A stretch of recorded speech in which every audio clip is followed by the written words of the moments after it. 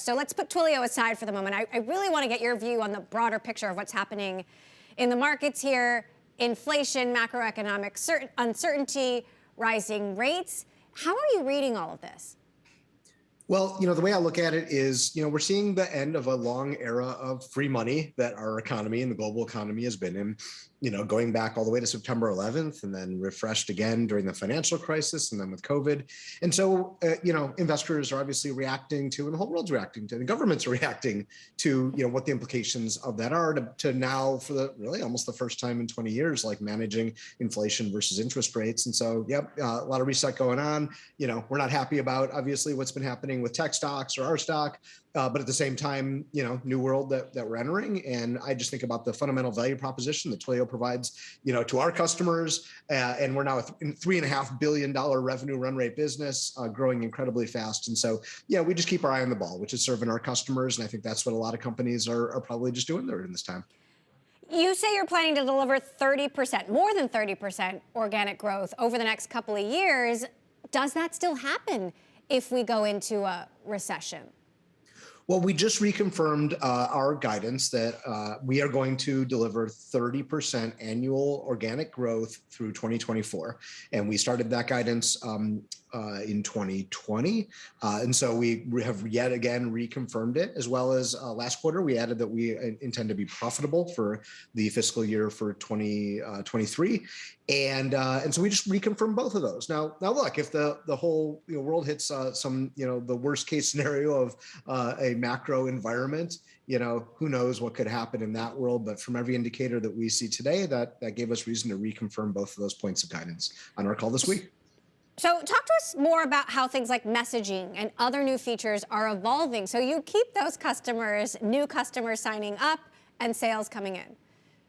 Yeah, we have almost 270,000 companies that use Twilio to engage with their customers. And when you think about what's been happening in the long trend of the last 20 years of digital transformation, more and more companies, businesses are moving online and they're seeing more and more digital transactions. That means they meet their customers in this digital world.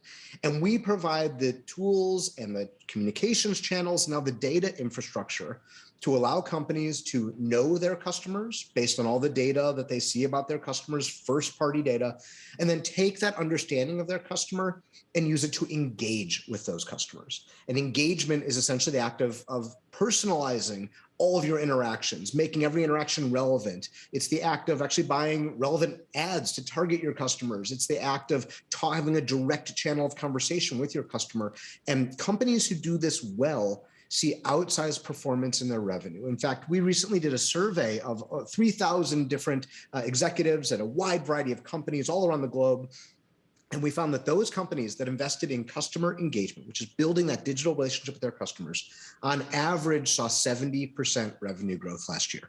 And so that just goes to show you that when you build a strong relationship with your customer using all this amazing technology that is out there that Twilio powers, well, it has outsized returns in terms of revenue. Now, I want to ask you about a slightly different topic and the leak of the draft opinion from the Supreme Court on Roe versus Wade. Twilio came out last year opposing the Texas anti-abortion law, and I'm just curious for your reaction to this leak, what you're telling employees. Well, I think it is a dark day to be removing fundamental rights from basically half of our population. And we think it is a woman's right to choose her healthcare decisions for her body. We're going to support our employees in their need to get the healthcare options that they need. And ultimately, we think that healthcare is a personal choice, and that should be a choice that's left up to the individual. And how do you think about this as a business leader? Because there certainly are customers who don't necessarily agree with you. Absolutely. It's a very tough issue. And it is an issue that science has not answered the question of when does life begin? And so therefore it becomes a matter of beliefs, and there are religious beliefs, personal beliefs, et cetera, involved in this decision, which makes it a very hard issue for leaders like myself or any to actually kind of, opine on. And so in some ways it's like, stop asking me, a man, just because I'm a CEO, what I think about it. Like what I ultimately can say is I believe that women should have the choice to make decisions, healthcare decisions about their own bodies. And, and that's not an opinion of when life begins and all that. Science doesn't know the answer. Nobody knows the answer to that. But what I do believe is that women should have the ability to make those decisions for themselves. Fair enough. I want to ask you about another hard issue, and that is of free speech. You, in the past, for example, the Pittsburgh synagogue shooting, you called on social media to do a better job cracking down on hate and misinformation. What do you think about Twitter being owned by Elon Musk, given that his big thing is quote unquote free speech? Well, I do think that reality, like free speech in a broad sense, is a nice thing to rally around, but then you do run into reality, which is that when people say things or do things that violate the community standards, and every community has standards, online, offline, you name it, what are you going to do? And there's business consequences. Like if users stop liking the community of a social media network, they'll stop using it. That has very real business impacts. And so the way I've thought about, free speech, by the way, free speech is a legal doctrine that governs the government's imposition of things you can say or can't say. It has nothing to do with what private companies actually, how they drive their terms of service and how a company builds its community.